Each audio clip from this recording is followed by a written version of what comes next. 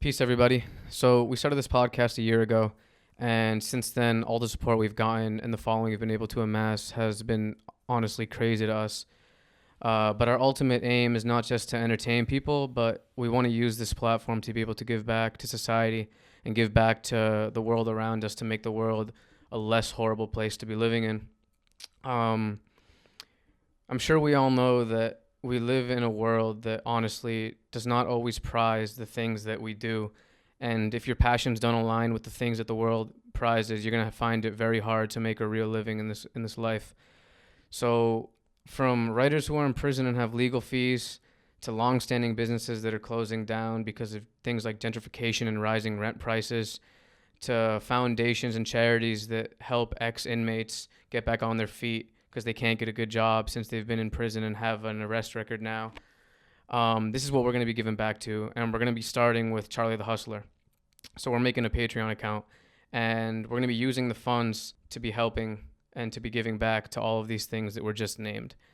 First month is going to be Charlie the Hustler, and he's somebody who's helped us beyond belief. I'm sure a lot of you know he has not had an easy life. He was our first episode, and he sacrificed his life for graffiti completely. I don't know where we'd be without that dude's help, so he needs our help right now, and we're going to be returning the favor in full force. 100% of the proceeds will be going to Charlie the Hustler because he's living off of the grid in an RV and needs our help. He's in a bind.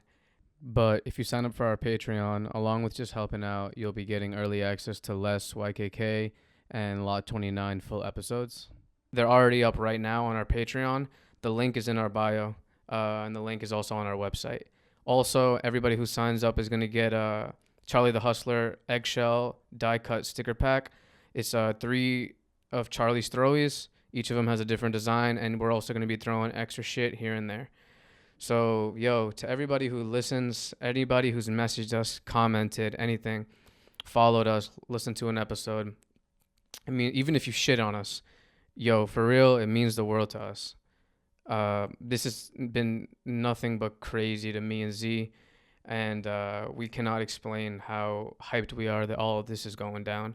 So at the end of each month, the proof of the donation that we make will be posted on our story. And just peace and respect. Thank you so much, everybody.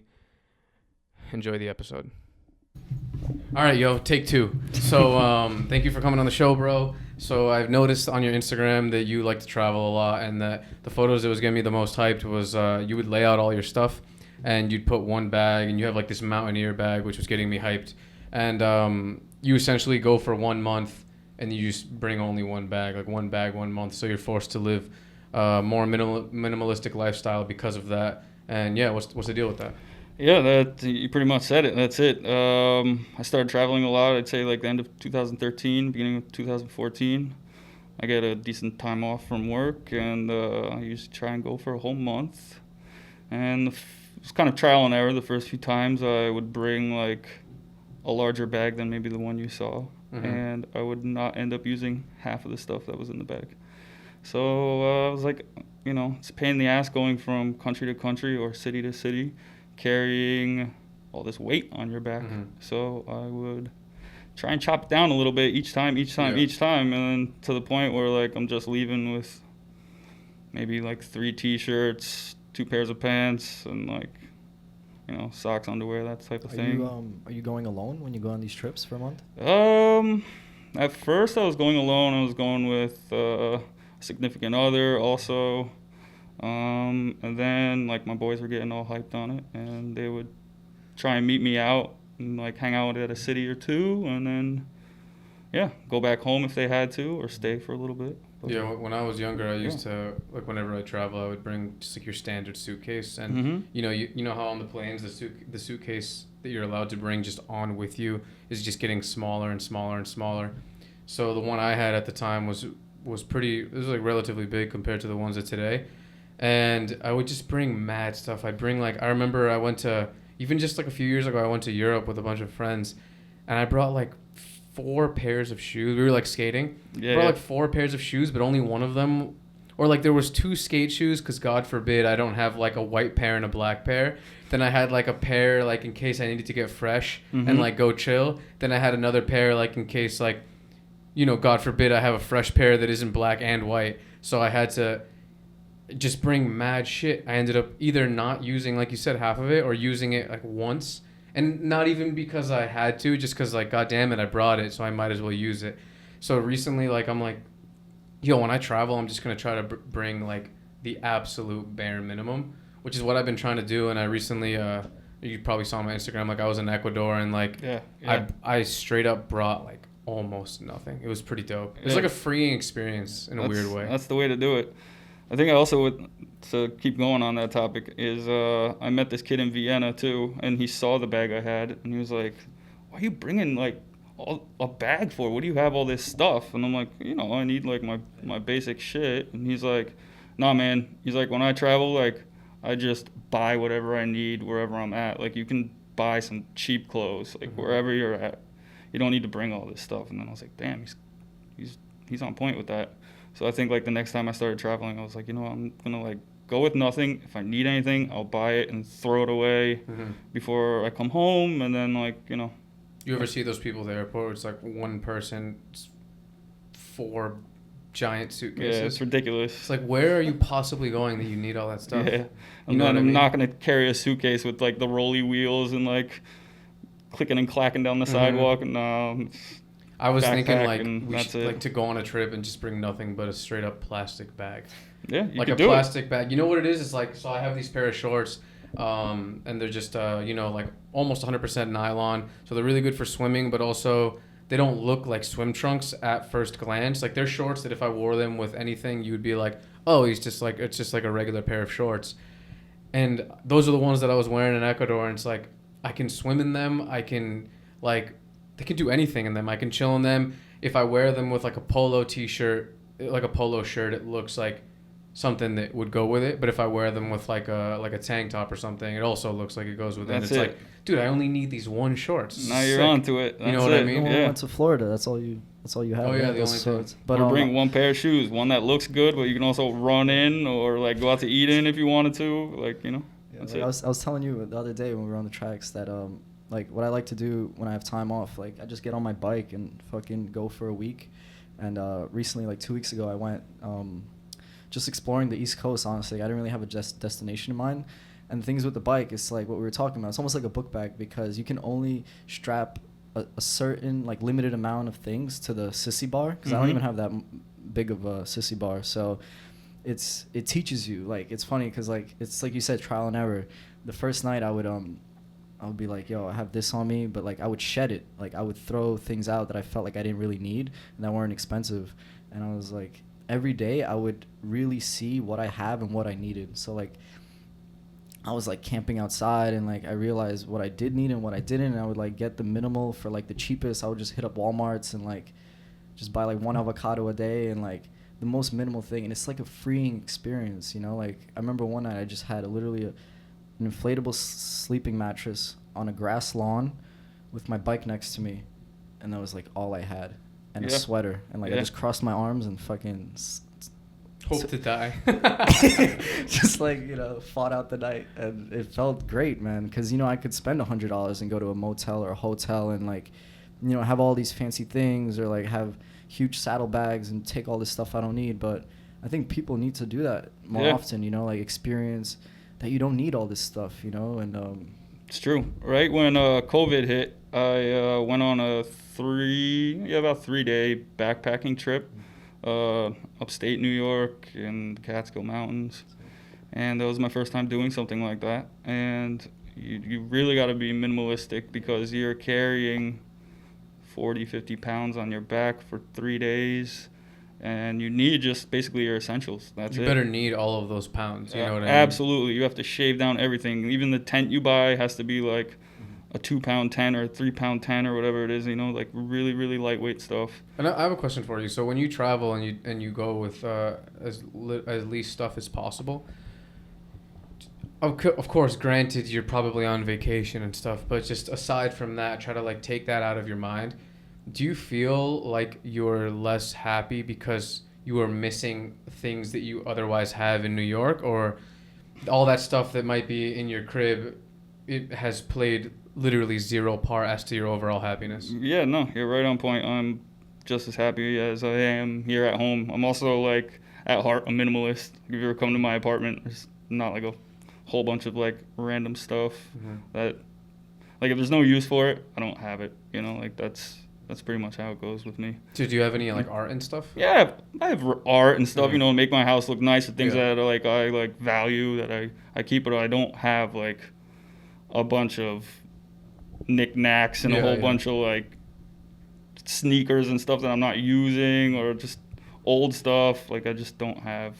Yeah, I think there's bunch really of random stuff all throughout my house. Yeah, I think there's really something to be said about that shit, because it's like, you know, as people who like write graph, or if you're like a skateboarder, if you're like you know, generally like our audience who listens to this podcast are like into these type of things, for the most part, you're not gonna, obviously there's exceptions, but you're not gonna have like riches. You're probably not gonna have riches. And if you don't have riches, you should probably be more intelligent with the way that you're spending your money. And if like we just kind of all mutually agreed on, right? We just kind of mutually agreed that at least in your experience and in my experience as well, like having all this extra stuff when we travel without it, I personally, if anything, like we all said, it's like a freeing experience. And it's like almost like a positive thing. Like it literally gets me gassed when I look at my shorts and I'm like, yo, I just wore these for mad days straight. Like, they're not dirty, like I washed them and stuff, but I just wore these it gets me hyped knowing that, like, I don't know if it's some like unconscious thing, but it's like I don't even need like 17 pairs of pants. Right. Because especially living in New York, it's like there's all these like really amazing brands and companies that do make fly shit. And you'll see them there, it will always be around you, and you're always gonna have that like thing that it's like you're going to be like, yo, that person looks fly. I should probably get those. What are those called? And you Google them and stuff. But to know that you don't even need them, and not only that, like, you're saving bread if you need to, is really awesome to me. And, like, you posted on your Instagram this famous chef. I don't know his name, because I think his name was, like, Tony or something like that, who had passed away. And he had Bourdain, man. Yeah. And he had this, like, oh, that's him? Yeah. And he had this, like, quote about, like, traveling and how you should do it the most as possible. Sleep on the floor if you have to. You just have to do it. You have to travel, see the way people live, see the way people eat and cook. And where have you slept when you've traveled? Usually I made a lot of connections traveling, so like that's what always brings me back. Is every time I go, like I meet a new person who will put me on to another person and another person and another person, until you have like this whole network of people.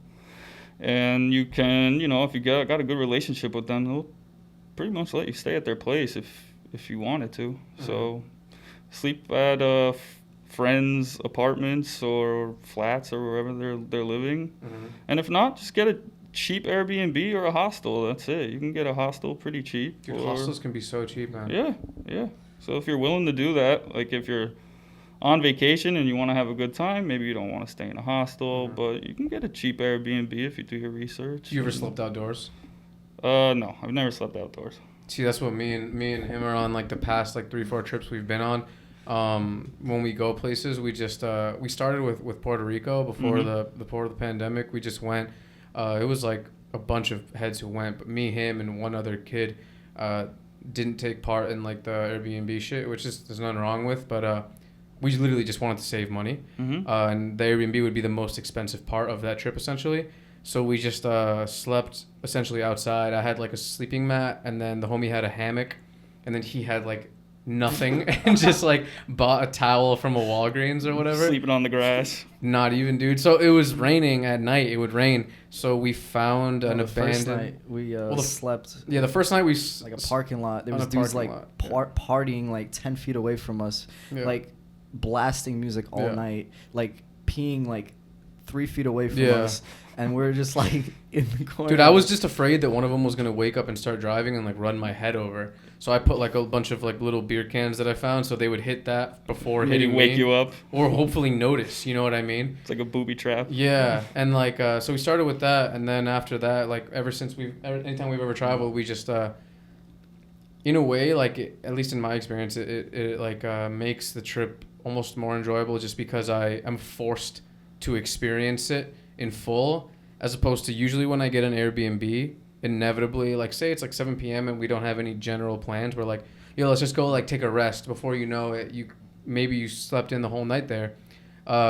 Whereas like, you know, sleeping outside, it's like, well, what the fuck? We might as well do something, because if what are we gonna do? Just lay on this floor?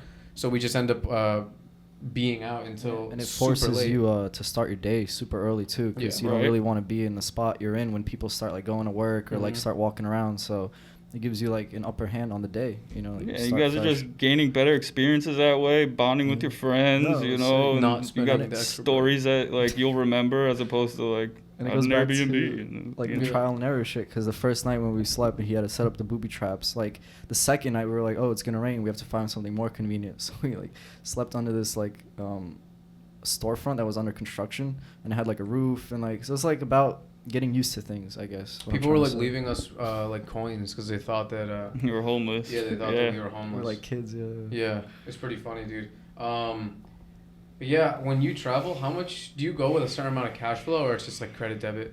I usually try and, you know, plan for the trip, save up a decent amount of money, and then once you've done it enough, you get an idea of how much you're spending, you know. Yeah, I'll have money in the bank, you know, and if shit happens, yeah, you got credit too. What about like souvenirs and stuff? Do you buy shit out there? No, never. I used to be on that. Photographs are my souvenirs, and that's it. No.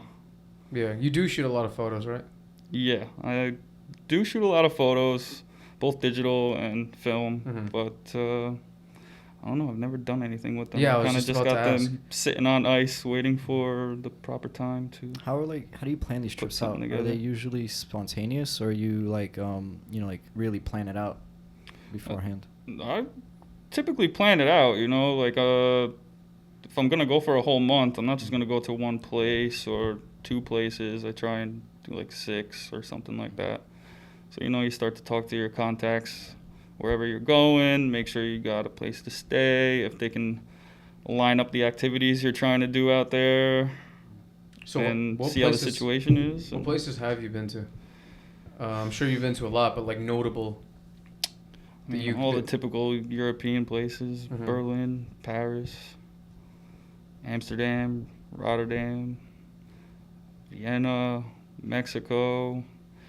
You paint graph in all of them? Yeah, that's like the purpose of the trip, so really. What's the deal with Mexico City? Because I just recently had a homie go out there, and like they really forced it on him. Man, I love it. I've been twice now, and I'm planning to go back again in October this year. I went for Day of the Dead 2 years ago, and I'm gonna go back again for Day of the Dead this year. That's awesome, dude. But like, in terms of like the police, they didn't. Yeah, I got stopped every time, but you got to negotiate with the police. Some money, you know. They definitely want some money. They're corrupt out there. So, you know, if you got a local with you who can speak good Spanish, I can speak a little bit of Spanish, but not good enough to negotiate with the police. So you got, you know, a local contact out there that can handle that situation for you. Yeah, I heard that they just stop you over if they see that. They know that you know, Americans travel there to essentially paint graffiti. Yeah, and I'm sure they stop non-people who aren't painting graffiti, and they'll just stop you. And like, even if you were straight up sitting on a park bench, not you, but I'm saying like you could be straight up sitting at a park bench. Yeah. And then they'll just be like, "Yo, it's clipped," and you're either essentially giving us money or you're going to something. Yeah, you know? That happened to me when I was out there last time. We were just chilling in a pretty well-known park there, sitting on a bench. And we were drinking a beer in like the middle of the afternoon, and cops on bikes rolled up. But I saw them coming from like a little bit of ways, so we like tucked the beer behind a tree because just wanted to hide it from them a little bit. And they knew what we were doing, and we're like, "No, you guys are drinking. Pay us money. We're like, "No, that beer was there. Like, it was like from the last people sitting on this bench." And they're like, "No, it wasn't. Give us money. And like, they were nice though. They were nice. It was like a female and a male officer in like middle of the afternoon, bunch of people around. I think they probably had better things to worry about, but we were just kind of arguing back and forth with them, pretending like we didn't know our Spanish that well, and we're like, no, it wasn't us. So and they straight up ask you for money. Like they want try to like. Yeah, they want money, but they want the funny part is once you come up with like the money that they want from you. Want more, right? Now you can kind of negotiate it down a little bit, but they don't want you to give it to them just straight up. It's almost like a drug deal. They'll have one person like go around the corner and like hand it to them like real discreetly. Or if they're in a car, like this happened one time, they just rolled down the window to the car and told like my one friend to like tuck it and like put it inside the door that like through the window in the door. So it's not like they're just like give me money and they take it hand to hand. Like it's usually like a real like shady type of drug deal way that they do their. I wonder they don't have body cams or anything. Their out money. there. Actually, I'm not sure. They're pretty advanced. I would assume that they do. They have a big CCTV program out there, and yeah, they've got some money. I wonder if anything, because obviously this is a known. Like if I know about it, then obviously everyone in the country knows about it, their country. Do you think that? Like I wonder if there's ever been any repercussions for the police doing that to the point where they have to hide it. Yeah, I don't think so. I think it's just their corruption and like a way to make a little bit of side money on their day-to-day job. But yeah, I'm not really sure. But Before you go to these countries, do you research the law of what happens if you get caught painting? I'll hear stories from either the locals I'm with or people who have been there before to get an idea about it. But no, not really. Just kind of go for it, you know. You've never been bagged in another country? Yeah, definitely. So what's happened? I don't want to talk about what I was painting, but I got in trouble painting in Berlin and got arrested. And like Vandal Squad came, and all the Vandal Squad in Berlin. They have a Vandal Squad? Yeah, definitely. And they're mostly Turkish. Okay. In Berlin. And, you know, brought us to the precinct. Talked to us for maybe 5 minutes, booked us, took, you know, fingerprints, the whole thing, and then put us into, you know, like they would do here in New York, put you into a pen. And within 3 hours, they called my name, and it was time for me to go. That was it. They gave me some paperwork and said, hit the road, don't do it again. I was out. No fine, no... No, I didn't have to pay anything. Do you know do why? anything. Is it because... Wasn't really sure because I don't know German very well, and their English wasn't that great either. But they were just like, took my fingerprints, took my pictures. I spoke to like the one Vandal Squad person in charge there that night, and he was just like, when are you leaving Berlin? I was like, oh, I'm going to Amsterdam next. He's like, when are you leaving? I was like, I'm supposed to be in like 2 days. And he's just like, all right, don't let us catch you doing what you were doing tonight again. And get out of here. That was it. And you can go back, there's no problem. Yeah, that was it. Because I've heard of people... I've been back, you know. Yeah, because I've heard of writers getting banned from countries. Yeah, like Tokyo, what's up with that? I heard. Yeah, they're really strict in Asian countries, pretty sure. Yeah, I've never been to... It feels like they're mostly like set an example type of deal, you know what I mean? Like they don't want it to continue, so they go all out when they do catch somebody. Well, if you think about it, in essence, it's like, we have come here to vandalize your country, and now we're leaving. You know what I mean? So it's like they want to force it on you because they're like, who are you? Because they know we're talking amongst each other in a way too. So they want to know that like if you come to our city, like you better not do this because we're gonna fucking really mess with you. You know what I mean? Yeah, I think getting like at least for what happened to me in Berlin, I think it's pretty relaxed because it's like graffiti capital of Europe. You know, they're pretty chill over there. It wasn't like that big of a deal. Was that the only time? Yeah, that was the only time I actually had to spend time in a jail cell in overseas. You know, it's crazy. So yeah, I went to Barcelona a few times, and have you been there? Yeah, I have. Dude, their graph scene is. Does Berlin have more graph than them, dude? Like the moment you get off the plane, you start driving on the highway. Pretty like similar. That the glass highway wall is just there's literally no space. Yeah. Actually, I think the city that I saw the most graffiti was in Greece, in Athens. Really? Yeah, it is. There's virtually no buff out there. It's just completely crushed. Dude, they don't have a lot of money. Their economy is like completely shot. So that city is like really run down and just covered in graffiti. You went there, right? To Athens a few times. Yeah. Do you think that so what's the deal with the cops? Do they pursue you if they see you writing graph? No, they really don't care. They'll just kind of ride right by you, or they'll tell you like stop the shit, you know what I mean, and keep it going. Have you heard stories like similar to Mexico City where cops and they ask for money? I'm sure like it doesn't really happen in Europe, because they're more the higher ups probably patrol them more. In my experience, no. I think just Mexico was the bribery. Yeah, it's the only place that I've heard of it happening. Yeah, and it happens like every time. Yeah, I hear they like kidnap people, and then if you don't have enough money, they just like, I don't know, make you go to your hotel and fucking get more or some shit. I think they can like threaten you with that stuff, but I'll call their bluff on that. I don't. Yeah. Go ahead, dude. Like, come on. I think the shitty part is that, like, it's almost kind of sick if when you are painting and get caught, all you have to do is just throw them some bread, depending on how much the bread is. But I'm sure a lot of people would rather do that than deal with what would come on the other end if they didn't do the bribery. But what isn't sick at all is the sitting on a park bench and then they just come shake you down, find a marker, and now you owe them $70 or whatever. Right. Yeah, it's usually pretty minimal money too. Like, I don't think they wanted anything like super significant. Oh, really? So, Like, how much is it? I think like there was like 4 or 5 of us painting, and like all together they wanted like $80 US or something like that. So we were just like, It's all almost right, it's like legal. This is like $20 like to walk away from this. No problem. Dude, that's craziness. Yeah. In fact, they stopped us for one time for peeing on the street in Mexico, and they wanted more money for that than any of the graffiti stuff. You would think that they knew, like, 80 split between 5 people, the way that American currency is nothing. So ask for, let's say, $300. Yeah. Because there's probably almost guaranteed going to pay that. You know what I mean? Yeah, there was another instance too out there too where my boy was driving the rental car we had, and he did a U-turn and like crossed one of their bus lanes, and like cops came pulling up on us on motorcycles, and they were telling us like pull over. So we were like, all right, we pull over. They had us kind of like pinned, so we couldn't even like do anything. There was a cop behind us, on the side of us, in front of us, all on motorcycles, and we stopped, and they wanted like $400 US for doing this illegal U-turn, crossing over the bus lane there. So we were like, no way, like we are not giving them $400. And then they were telling us to like, oh, just drive a little bit further down the road and pull over on like this little back street.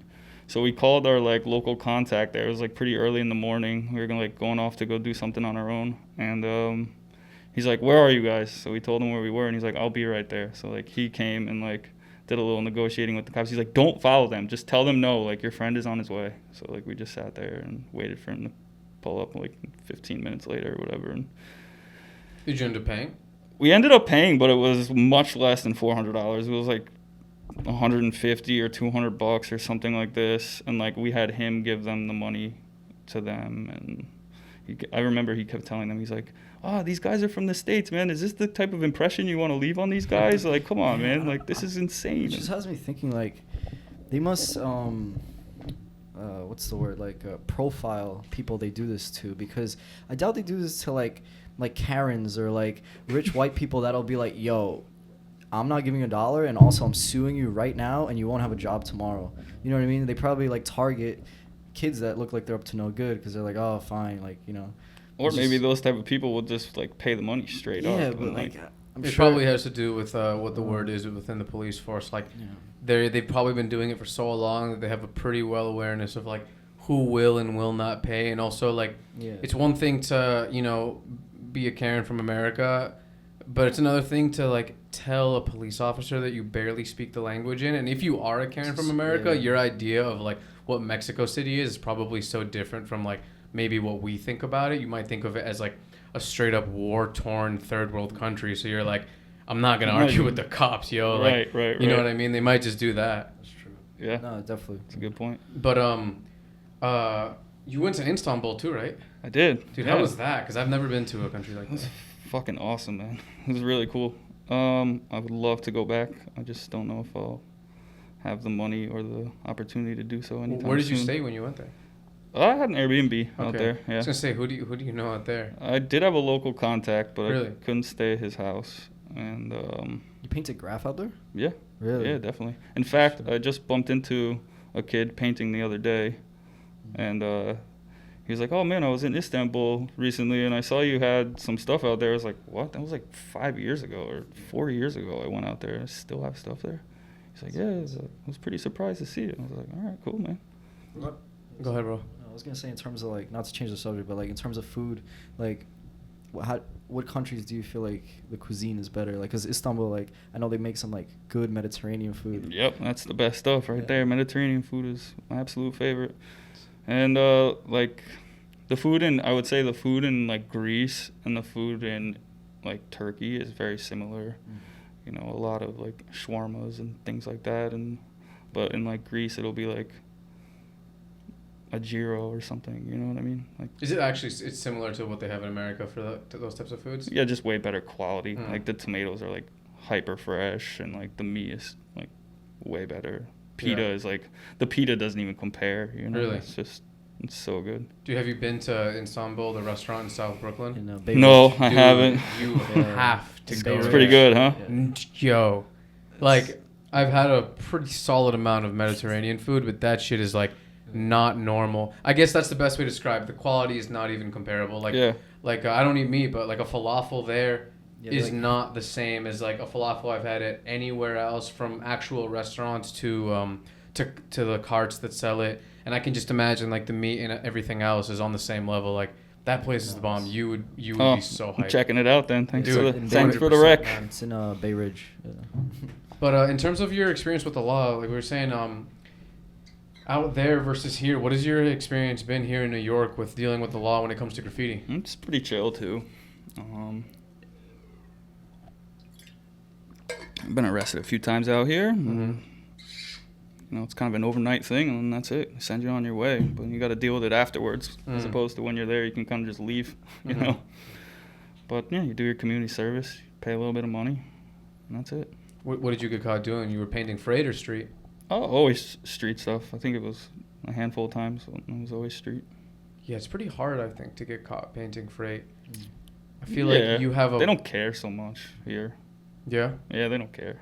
Because I also feel like you have a giant upper hand, seeing as you know assuming that you know the yard like the back of your hand. You have like, you also see them coming from a way farther away, and also there are no civilians to A, call someone, or B, be the hero in that moment. Mm-hmm. So like the main factors of them catching you, which is like a civilian calling, a civilian being a hero, them patrolling just the streets in general, which they do not patrol the yards in general like they do the streets, and also like them sneaking up on you, is those are all essentially gone if you paint freight. Yeah, I've heard stories of people getting in trouble painting them, or being chased, or seeing police in the locations that you can do them around the area, but I don't know. I've never really had any crazy situations Just to happen. think of it like a devil's advocate thing, like you would think they would secure it more, because if you break it down, it's like there's a lot of money in what they're transporting, all those goods, and like in a certain way it has to be at a certain location at a certain time. So like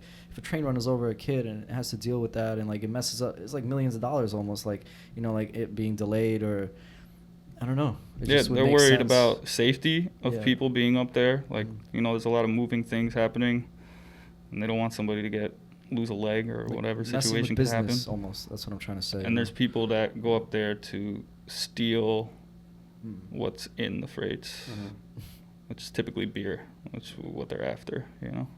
Really, they transport a lot of beer in freights, Yeah, yep. Beer and paper, lumber, that sort of thing.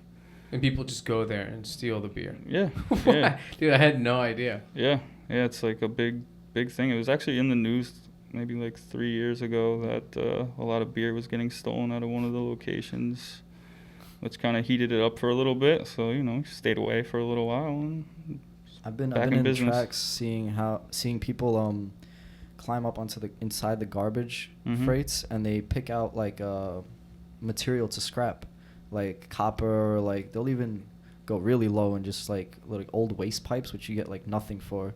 They'll just, you know, carry it out. You know, it's pretty interesting how people just, there's money everywhere if you really. everyone's looking for a come up, Yeah. you know. Yeah, That's- dude, it was that's crazy. Yeah, how did you get into? So you're a chef, right? Yep, that's it. How did you get into cooking originally? Just I grew up in like a pretty eccentric household. I was always eating some strange dinners and stuff. You know, my parents are kind of hippies, and we're eating weird stuff. Where my friends down the street were like, "Oh, we had spaghetti and meatballs." I'm like, "Oh, I had tabbouleh," and they're like, "What's that?" You know, like just always was eating strange things growing up, and was always into food. And then I started working in kitchens when I was pretty young, and got put under the wing of the executive chef at the time, and just kind of taught me what I needed, and just built myself up from there. And What made you Yeah, want to that's get? it. What made you want to get into it in the first place, though? I don't think it was necessarily something like I wanted to get into. It just kind of all like fell into place and kind of happened. Like I needed work. I was already in a kitchen. And I just stuck with it. It was something that, you know, the day went by pretty fast because it was something I liked to do. I could make some decent money doing it. And But you legitimately do. just You do stuck, have a passion for it now. Stuck with it. Yeah, of course. It built up over time, but at first it was like, oh, maybe I could go do this or I could go do that, or why am I stuck in this kitchen? It's super hot right now in the middle of the summertime, and I could be in an office somewhere, but now I enjoy it. It's fun.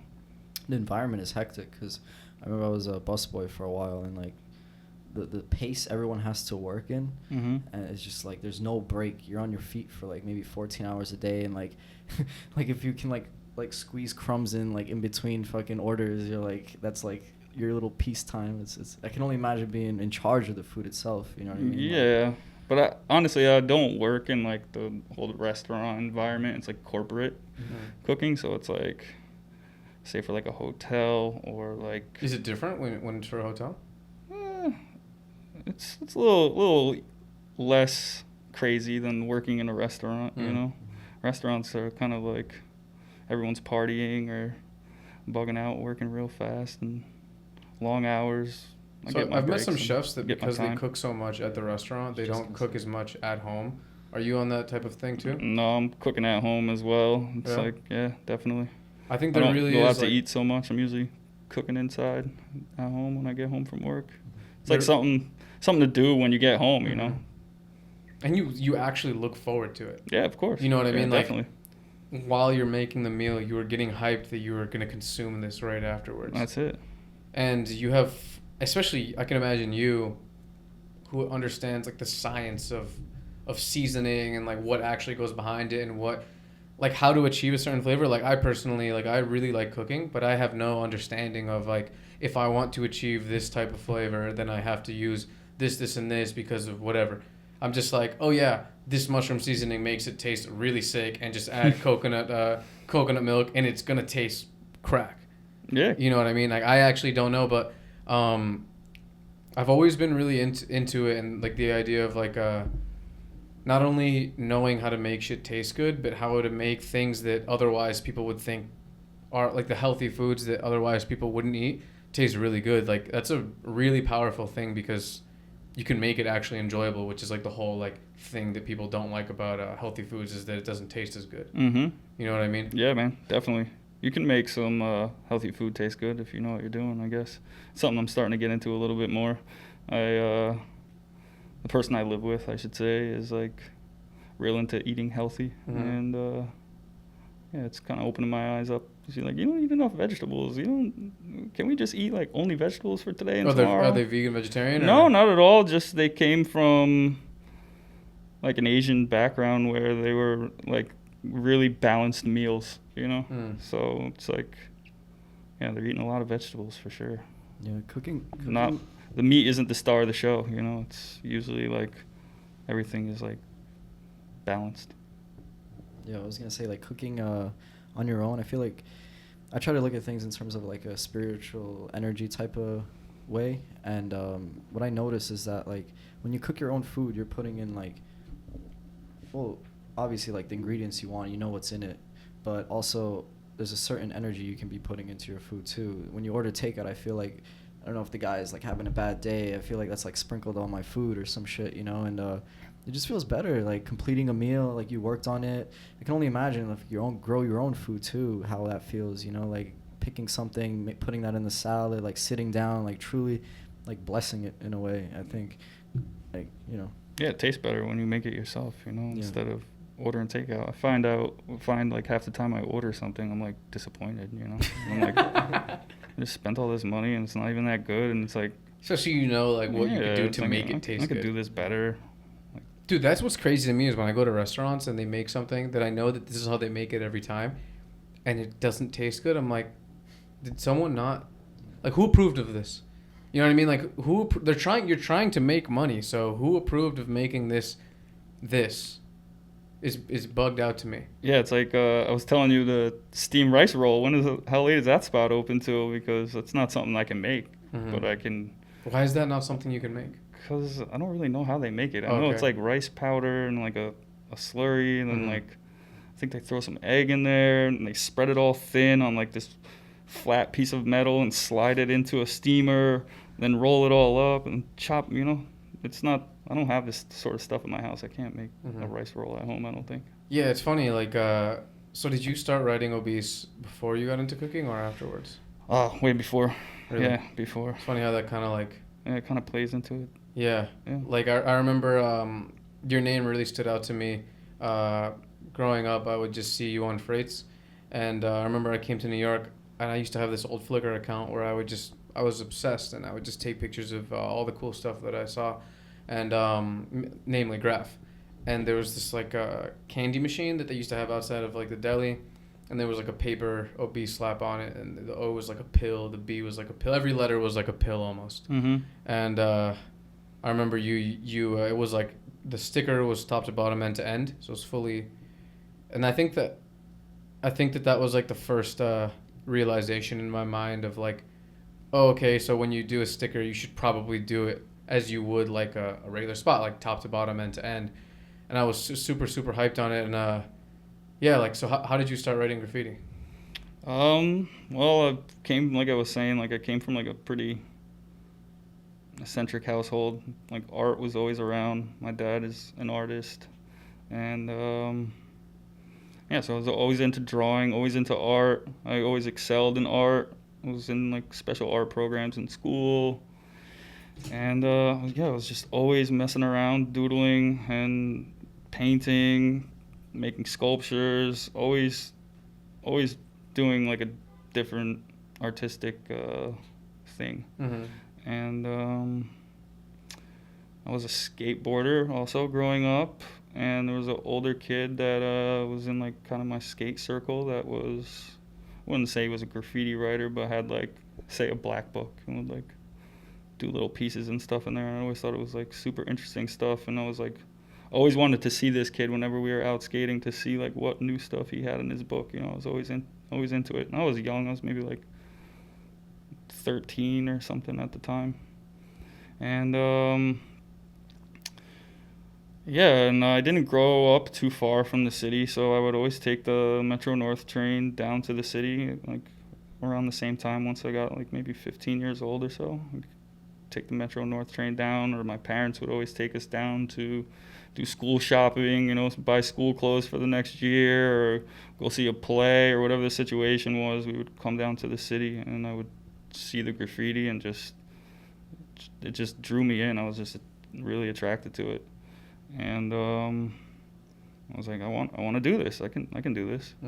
So I made my way to a hardware store and grabbed some spray paint. And when you're skateboarding, you're finding like weird and funny little locations, where you could like do some graffiti. So that's what I did. Is I started. What did you grab from the highway? Just regular spray paint? Just regular cans. I forget what it even was. Like black, white, and a red, and just like tried messing around with it, and I loved it. I loved the way it felt, the way it smelled, everything. And just started doodling more and trying to like come up with a name and get it all together. So did somebody put you onto it? Like, it sounds like you just completely observed and just went out into the world. Yeah, I kind of did it a little bit on my own, and would speak to that kid that I was telling you about, who had like his little black book, and like we would do he ended up living with one of my friends like later on down the road.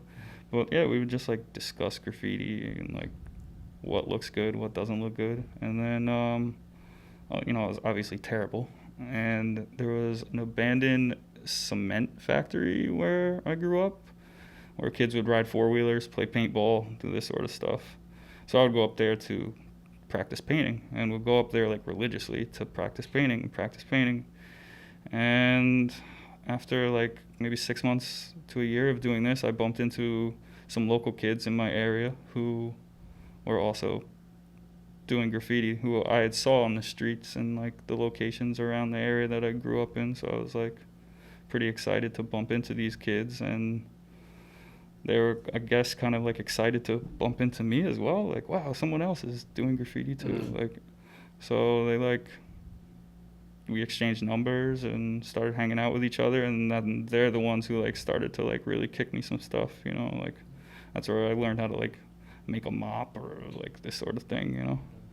And they were like, one kid was a music producer and a DJ and was always coming down to the city to record music and do things like this. So I started tagging along with him, and I started meeting more people, and they ended up hanging out with a bunch of guys downtown. So we would meet like the downtown scene of graffiti writers, and yeah, it just kept snowballing.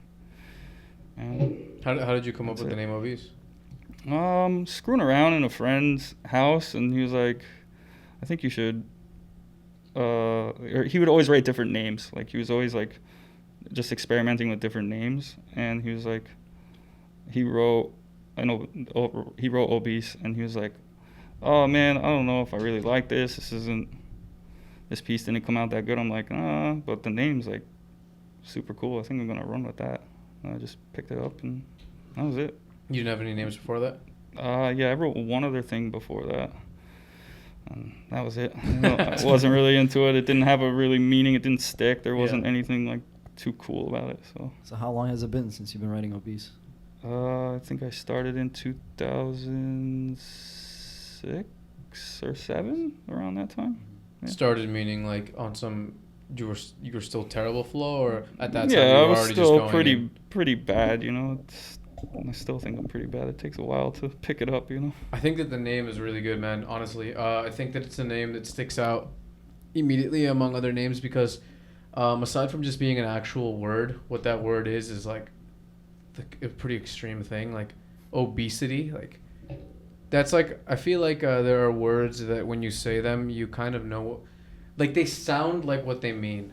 Yeah. So like when you say that. like sharp, that sounds like it would be something sharp, that would right? cut you. I get that. Or when you say like I don't even know, but I just know that like sharp sounds like it's sharp, and but for example like cup doesn't sound like anything, or like water, like how am I supposed to know what the hell that is, or like a pen, but like obese, like maybe it's the O, I don't know, it just sounds like the most like you've been going in too hard, man, like you know what I mean? Yeah, like, that's pretty interesting. You're kind of on point with that. Yeah. and then like so I remember the first time I think I saw it was on a freight, and I was like, dude, this is like, I was probably like, I don't know, 13 years old. I was like, dude, this is like an obese person who paints graph.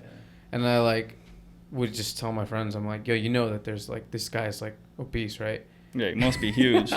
Dude's got to be 400 pounds. Yeah. You know? We were talking about that before we went to record you the other day. He was like, yo, that would be so funny if you pull up and he's like 400 pounds.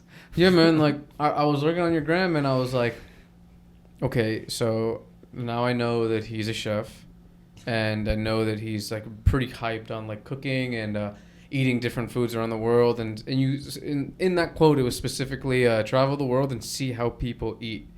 Which, like, most people wouldn't say that. They're going to be, like, travel the world and, like, experience life. Travel the world and see different cultures. But as opposed to, like, travel the world and see how people eat. So I was like, yo, it's over. This dude is straight up obese. Like, he's obsessed with food. So, like, chances are, seeing as this is what he writes, like, he's probably straight up obese. Come to find out, like... Yeah, it's the complete opposite. Yeah. I guess that kind of fucks people up from time to time. So do you, right now, are you only on your freight stuff? Yeah, I don't want to. I was going hard on some other things for a little while. Started to catch up with me and my friends, so we had to chill out for a little bit. Mm-hmm. But yeah, I spent like good 5 years painting other things. That eventually I'll drop a bunch of pictures on everybody's head. Mm-hmm. But have you ever dealt with the Vandal Squad in New York City? Yeah, definitely. When you get booked, you know, I would say like 7 out of 10 times they're going to show up and ask you a couple questions and just brush them off, and that's it. But no, never like come into my house or any of that stuff. No. Do you have any idea how they choose, like whether or not they will come to house? Because, you know, I've heard experiences of people who, I'm not going to say do nothing, but borderline do nothing, and then they come to their house. And then I've heard experiences of people who getting caught who have done a lot of stuff, and everybody knows them. And then and then they don't come to their house and nothing happens. I think they have the right information and they're pretty sure of it, and they've got like something they can get on you. I guess they'll show up. It's also mostly trains, I think. You know, like that's where they Yeah. I feel like if you hit one train and they know who you are in a way, that they're more likely to like do Might that. have to do a little more than one, but yeah. But I think MTA property and all that stuff, they Yeah, my try to boy's protect. sitting in jail right now for this sort of thing, so free bogus. Yeah, I've heard about a story, and like all the stuff that's happened to him, it's pretty sucks, dude. And Yeah. I really don't. It's really, in my opinion, like an unfair thing, because if anything, like if I was someone who knew nothing about any type of graph stuff, and I looked at it, I'd be like, okay, well, there's essentially two options. Well, not anymore, but at one point there was essentially two options. Either it will be really all over the place on the streets, from the highways to rooftops to the sidewalks to mailboxes to doors, or it will be essentially like almost 100% just on the subway. Yep. Sounds like I would want it. If I didn't like it, it sounds like I would want it just on the subway, because then it's not on my house. I don't have to worry about someone climbing my fire escape. I don't see it unless I might not even see it. If I'm living in Manhattan and the train's underground and I don't take the train, I'm not even gonna see that shit. Right. You know, so it's like it doesn't even make sense that what happens here is if you paint the train, then that's what will really bone you, as opposed to if you catch a million throw ups on the street. It's not the end of the world. It doesn't even make sense. I think it's because it's like their property. You know what I'm saying? They don't want you to fuck with their property. So like they feel like MTA is city and state property or whatever. They don't want you fucking with it, you know? And I think that's pretty much what it boils down to. Like also same thing for the street. If you start painting a bunch of city property, like say bus stops or whatever, Highways. they're gonna come after you. You know, they care about that shit. So essentially, like if that's true, then they don't really care if you paint. They care if you paint their stuff. They give a shit for sure. Well, they give a shit if you paint their stuff, but not if you're painting not their stuff. Right. Well, not that they don't Yeah, that's give a why shit, the streets look the way they do. You know, Yeah. It's like other people own those shutters and those buildings. They don't care. Makes the city look like shit. They want to clean it up a little bit, you know, so it doesn't just look the way it does now. Yeah, it is absolutely crushed right now. Yeah. What was your deal with like when the pandemic happened in terms of just how your life changed? Did your life change at all? Not at all, man. I was still out there working. I was still doing everything. Yeah, my life didn't change. Really, the hotel kitchens didn't. Nope. That was it. We were still working.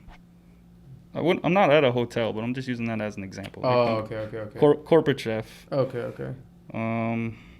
Yeah, so I was always working. Did you paint any more in the streets when that happened? No, or? I don't know what it is, man. I'm just not. The streets don't excite me the way they used to. You know, when I first moved to New York, of course, you want to like run around, make a little name for yourself. But for the most part, it's like when I'm drunk, leaving a bar or something, I'm gonna catch some tags. If I got a friend who comes to town and he's all like hot on doing a couple spots, okay, we'll do something. But for the most part, like I'm not like super crazy about the streets the way I used to be. It just doesn't excite me the way it did when I first moved here. There's other things I would rather paint that excite me, you know. Yeah, I have a homie out in Massachusetts who he kind of says the same thing. Like he almost, it's just gonna sound crazy, but to a lot of people listening to this, but he almost, not even almost, he straight up like borderline says that the streets like don't even count. Like they don't even like, to him it's like full freight or nothing. Like for example, he would much rather do like a clean panel than say do like a throwaway on a spot that like, let's say on top of that on billboard on Canal. Like he would probably rather do the panel because the streets it's like, oh, it'll get buffed, or like, oh, it's not gonna. I don't even know. I don't fully understand like that mentality. I don't fully like what was it for you that like when did it start shifting and why?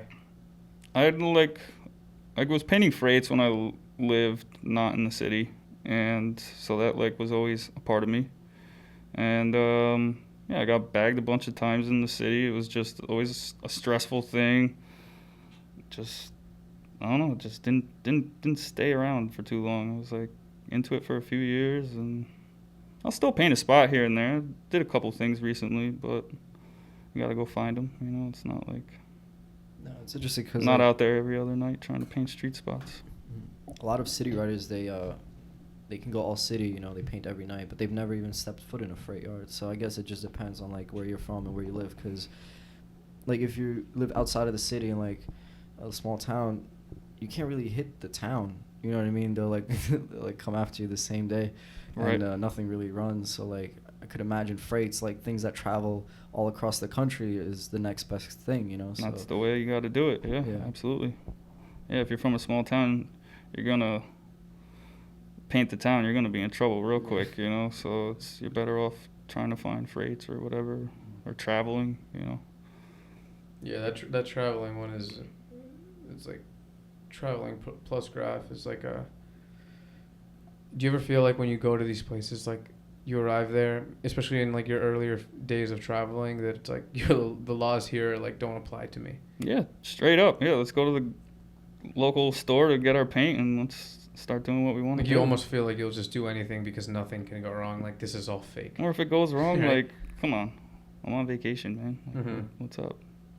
What was the deal with you went to Paris, you went to the catacombs, but it seemed like you went to a part of the catacombs that was not available to anyone. Yeah, I had a local friend out there who I linked up with. We did our painting for a few days. We were really successful in like all the types of painting we wanted to do. And we were like, all right, what else? You know, we still got a few more days. He's like, oh, we could go down to the catacombs. You know, I know a really good way to get down there. I've been like, he had been one other time before. So he's like, oh, I've been one other time before. And, you know, pack this, pack that, and let's meet and go. So it's like, he's like, bring water, bring food, bring alcohol, a headlamp, and meet me at this location at such and such a time. So we met up with him. And we got onto like some dead tracks and found like walked down the dead tracks for about a mile or so, and then there was like just like a little small opening in the ground that like you had to like crawl through on like your hands and knees, and you entered like the real catacombs, not the touristic one that everybody goes to, I guess. And Dude, and when you were we were walking, stuck down there for a while. you got stuck down there? Yeah, we couldn't find the way out. It's definitely a maze. Like as soon as you get down there, you will like walk down like a hallway. The ceiling starts to get lower and lower and lower. So now you're like crouching down, and like water. There's like water all of a sudden, so you're like sloshing through like knee deep water. You didn't think to yourself And- like this might be a bad idea? I'm kind of down for whatever. Yeah. One of the friends that I was with, like from the States here, was like freaking out a little bit. He's like, dude, do you think we're gonna like get sick from like hanging out in all this like stagnant water this whole time? Or Dude, that's what I I'm would like, be. I would be nah, calling what- and I'd be like, "Yo, the ceiling is getting lower and there's stagnant water." Okay, so yeah, just keep like, putting one foot in front of the other, man. Let's see what happens. Like this is kind of a cool adventure, you know. So it was wait, sorry. It was completely dark. Completely dark, and then there's like people that also like party and hang out and like spend like their whole weekend in the catacombs. In the part that you went to. Yeah, it's a huge like system under there, like a huge network of tunnels, you know. So there's like, you know, little rooms that you can crawl off into, but they light like or drop like smoke bombs in there. So once you like make your first left or make your first, like you have a choice. Say you walk down this hallway, it goes left or right. Where are we going? Let's go right, you know. Then next, you get to the end of that hallway, left or right again. So it's just like a complete maze. Like you're not gonna remember the way that you came in. And there's multiple ways out apparently, but they light these or drop these smoke bombs, and so the tunnels are just like completely smoky too. So it fucks you all up. You don't know like where you're going essentially down there. You're just Wait, who are you talking about? The police or what? no, Like people who- that hang out down there, like they Police. don't want other people coming into the Oh, catacombs okay. that know it as well as them, and like I think they call them like cataphiles or something Yeah. like this. These people You that get killed down there, yo. I've heard stuff like this. Like if I was gonna maybe, kill someone, but that I would be don't- the spot, you know. Yeah. No one like you. There's probably no signal, and then no one even. The majority of people don't know this place exists. Yeah, there's shit that goes down in there, I'm sure. But So what's up with that place? Because I don't know much about it, but I do know that there's like human skulls everywhere. and, yeah, like, exactly. How did that even come about? Like, do you know? I guess that's where they were burying bodies back then. They didn't have space to put Really? bodies. There was, I guess, not like cemeteries or something. And they were just literally building the city of Paris on these tunnels. It's under the city of Paris. Yeah, I went to. It's I like went to under like, the whole city. Like I went to like the the touristy one. Yeah. I didn't know anyone in Paris, and like I saw that picture and it looked like you had like a little map. yeah, he had a map that he had printed out from someone, like passed it down to him.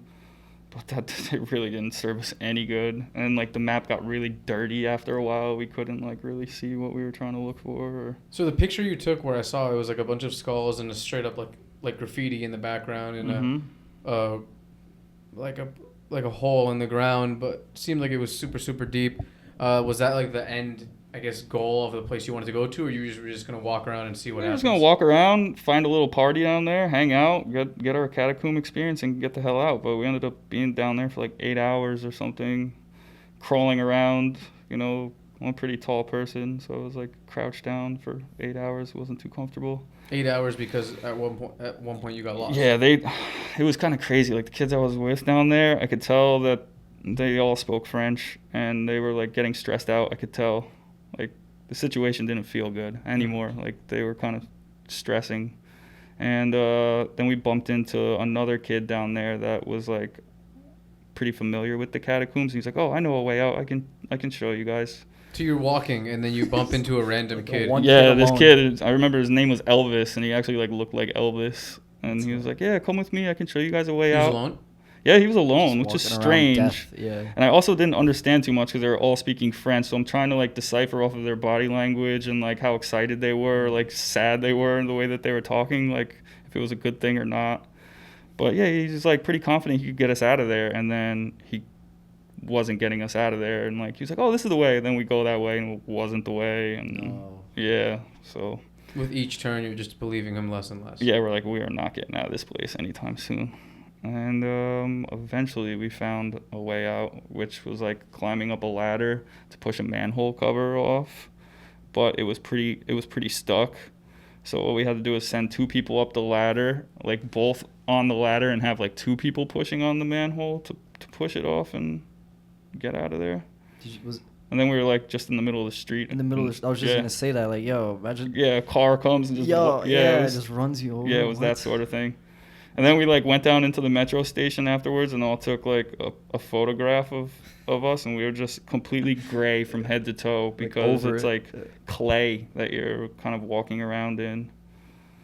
But yeah, there's a lot of bones down there. It's pretty cool. There was like one little room we crawled into that was the whole floor was bones, and there was like they took bones and like made like little sculptures and like little towers and stuff in this room. And we kind of just sat in that room and like smoked a joint or whatever the hell and like just hung out in there for a minute. But it just felt weird, like sitting on an entire floor made out of bones and like skulls and stuff. Kind of wanted to like take a piece home with me, but I was like, I don't think going through customs with petrified bones would be the smartest idea. Dude, that is honestly bugged out, man. And you're saying that it's not just one little part. The entire city of Paris is under. Yeah, pretty sure. It's like the majority of the city of Paris is this network of catacomb tunnels. Yeah. Dude, that is absolutely crazy. Yeah. Whenever humans are no longer existing and like whatever eventually life form like occupies this planet, if they have like a consciousness the way we do, if they find that, they're gonna be like, the fuck happened here, dude? Like, what the fuck happened here? Like, everywhere else on the planet, they're buried in, like, this kind of way. And here, this, like, it's not even like it's like a desert where they're all buried. It's, like, on top of a major city with beautiful, beautiful architecture, rivers. They're going to find, like, paintings and, like, so many artists that have come from there. They're going to find, like, a pretty diverse culture. And then they're going to, like, see this. Yeah. And then they're also going to see, like, graph. Yeah, there's also a lot of graffiti under there too, which is kind of cool to see the people you would recognize under there. You saw American writers down there? Yeah, definitely. That's really crazy, man. Yeah. That always really bugs me out when you travel and you see a writer from maybe your own city, or if not, just from America or something, and you're like, yo, what are the odds, dude? Yeah, I'll tell you a really funny story real quick. I was on the tracks painting about a month ago, and there's a guy who comes up there a kind of often to take photographs of the stuff that's up there. And he saw me painting, and he stopped me. He's like, "Hey, what's up, man?" I'm like, "Hey, how are you?" He's like, "Oh, I'm so and so. I take photos." I'm like, "Oh, all right, you know." And he says, "Oh, I saw some tags of yours in the Catacombs in Paris, and I put them on my page or whatever. Check it out." I was like, "Wow, really?" So it's kind of funny that even like here in New York, I bumped into and I guess he's from Paris, this guy, and he's living here now. And he was like, "Oh, I saw tags of yours in the Catacombs." Dude, I what posted a, them on my page. You're like across the world in like a little maze. Yeah. Yeah. And then yeah, like if you were to have like trackers on you guys, like you're here, you go here, then he goes there, and then you guys are both at the same place, and it'd be like It's kind of crazy, right? Yo, it's really crazy. Yeah. You know, the world's a pretty big place, and you're running into this dude at this time, and the conversation went in a way that now he can tell you that he saw you there. Yeah, it was really strange. I was like, whoa, like, kind of took me back. Dude, like sometimes I'll see I went to Thailand and we're driving, and for some reason I didn't think of Thailand as having graph, so I didn't expect to see any. Never mind, like someone I know. And I'm driving, and I look to the right, and I see the first tag I see, and it's not something crazy like he hit a blockbuster, which is like for some reason to me the fact that it was like some little thing made it even more crazy to me that I even saw it. And like I'm in like one of those taxis, and then I look to the right because we're at a red light, and I see this dude, and I'm like, dude, did I really just see that? It's like stupid that I just saw that. Like a little cutty stuff. Yeah. That's cool. Or like I went to Hong Kong, and you know, I don't know Bucket TKO, but I've seen his stuff. You know, everyone has seen his stuff and the videos that are up on him and stuff. And I'm like, yeah, I wonder like who I'm gonna see around here. And I was walking around like a super like financial like shopping district, so there's not like the walls were bombed or anything. So I'm like, oh, I guess there's not that much graph here or whatever. And I just see one of his like really sick just like whiteout tags on a pole. I was like, dude, that's really sick, because I know this dude is not from Hong Kong, and like totally different from like just Chinese culture in general, and like this is here. It's insane, dude. I saw like I said, I didn't go to the part of the catacombs that you went to, but I went to just like the regular touristy part, and I was seeing writers from Detroit, from New York, down there. When I saw a writer from Detroit down there, it was the first writer I saw. I'm like, wait, what? What? Yeah. Because that's even more OD than seeing it on the street. On the street, right. You're like underground in this tunnel. Yeah. You know? It's always cool to bump into that stuff, you know? What makes you think. What marker did you use when you were down there, Mean Street? Oh, we had paint. Yeah, we were catching tags with paint. Mm. So I think it was like Montana 94 or something like this that we had. It's just cans of black and white and like enough stuff to do like a bunch of tags. And that's all we were doing. Is we were walking around, catch a tag. Pretty cool. I just picture like the catacombs from what I see in pictures. Like the walls are just head to toe with skulls. So like when I hear you guys talking about like people catching tags, I'm just like picturing people catching tags on these skulls. It wasn't like that, right? They were like spread out. Yeah, there was like sections that there was a lot of skulls, and not really skulls, but like bones. Like what was it, like a room? Like how do they organize this stuff? Yeah, I was gonna say, is it organized? No, it's not. It looks like they just threw them all there. Like, yeah, it's just kind of spread out all over, like in the mud. You know, it's kind of like clay down there. The dirt. Yeah, it's not. Yeah. It's like mushy, you know, and there's just like bones stuck in it. And like that kid Elvis I was telling you about, he knew like a spot where it just was like a giant hole, and he like stopped all of us, and there was a rope, and he pulls the rope up, and he's pulling the rope up, and at the end of the rope was like a perfect skull attached to the end of the rope, and was like, look at it, and just like dropped it back down. So like he knew the catacombs a little bit, enough to know like where this like perfect skull tied around this attached to this rope is, down this like well, essentially. That's crazy. Yeah, I'm just thinking about how like we think this is insane. At least I do. Not insane, but just really interesting. Like, what are the odds of that shit? Yeah. But if you really think about it, like a lot of shit that we have just in our present day is just as like interesting and kind of crazy, but we just are so used to it that we don't see it that way. Like, I'm not saying that like an apartment is as interesting as like a fucking underground den of millions and millions of skulls, but like I don't know. I'm just thinking of like people who have no idea of our life and culture finding like even just some stuff like this, being like, well, what the hell used to go down in this room? Like, who is this? You know what I mean? Like, Right. Yeah. who is this? Bruce And like, Lee. why are these things here? And like, what is this? And what is this? Like, what is this? You know what I mean? Right. Yeah, life is crazy, bro. But Definitely. dude, thank you for coming on the show and like Thank you, speaking guys. on your travels. Yo, I really enjoyed it. Yeah, thank you, man. Thank you, guys.